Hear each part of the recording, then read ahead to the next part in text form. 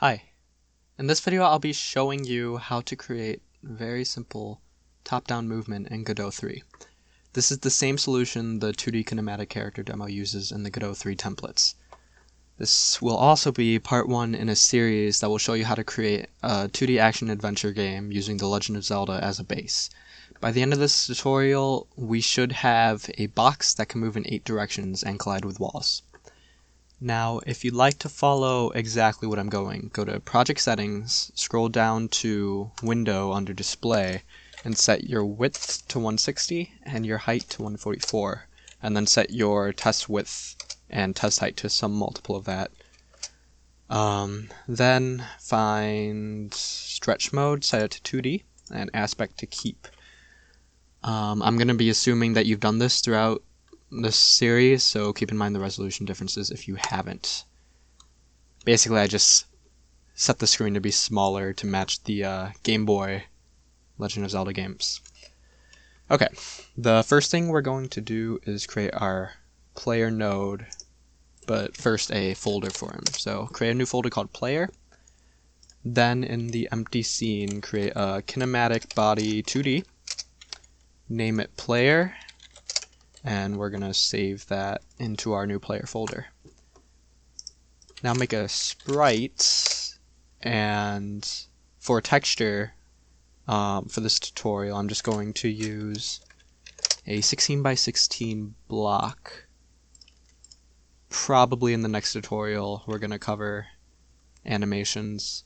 Where did I save this? Here. So we're just going to have player.png. Save that, and set our texture to our new sprites. Then we're going to make a collision shape 2D. Set the shape to a new rectangle, and set the accents to 7.5 by 7.5. We're just making it a little bit smaller than a one tile is going to be, so it could fit into one tile spaces more easily. Okay. So next, we're going to make the player script. So create a player.gd, leave it like that, and then what we're going to do is first we're going to make a speed constant, and I'm setting it to 70, and then move direction variable, and set that to vector200. Next we're going to make our controls loop. So make a new controls loop function, and then we're going to have variable left, right, up, and down, and we're going to set these to input.isActionPressed, and then the UI key, the default UI keys that Godot gives you. So 1 second.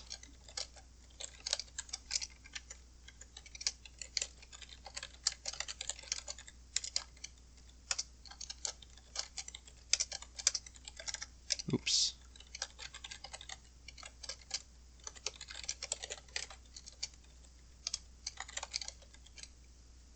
Oh.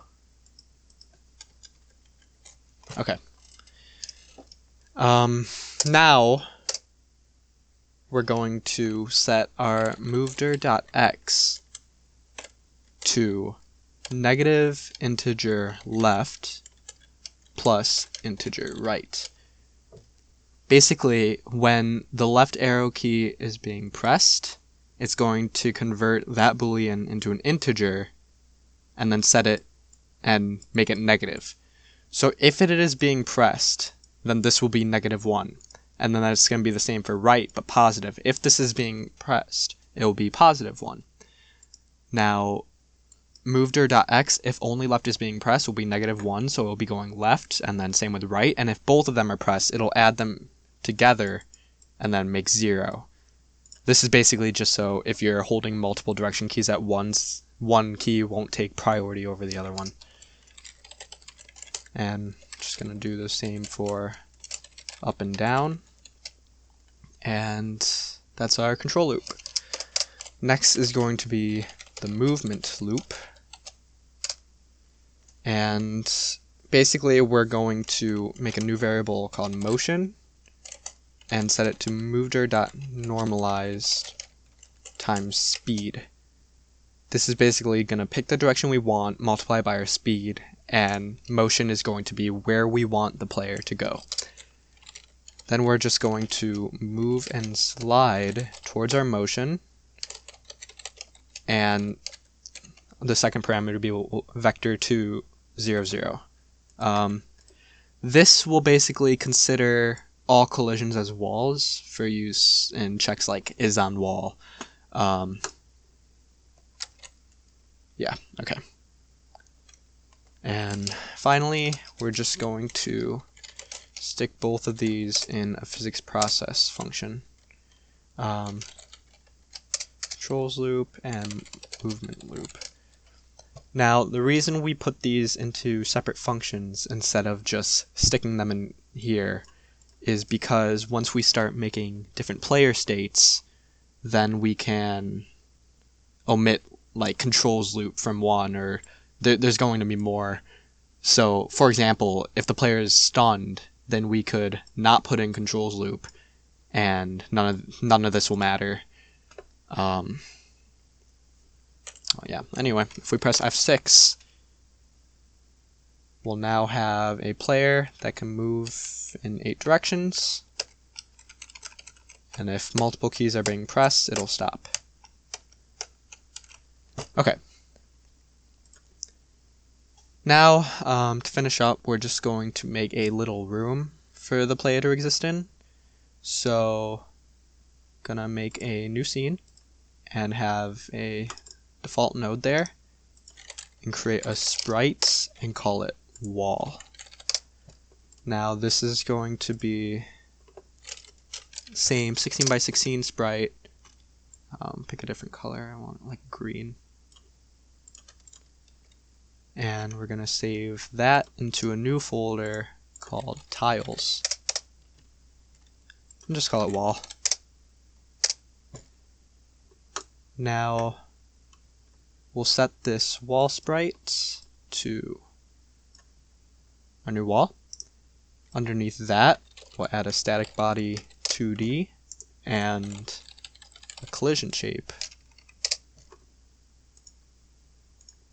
so that we have something the player can collide with.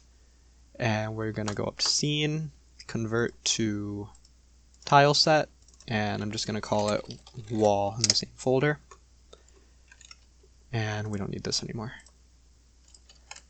Now we're just going to create a little test room and put this in an areas folder. Call it test. In here we're going to put a tile map, set our new wall resource to the tile set, set the size to 16 by 16, and we're just going to draw a wall along the borders of the screen. Then we'll just take our player scene, stick it in there, outside of the tile map. Make sure you lock the tile map so you don't accidentally pick that. And then press F5, set our main scene to our new test room, and run it, and you can move around and you'll collide with walls. Alright, that's it. In the next tutorial I think I'm going to be covering animations. Like and share this video if you thought it was helpful, and if you have any questions, leave a comment and I'll try to get to it. Thanks for watching.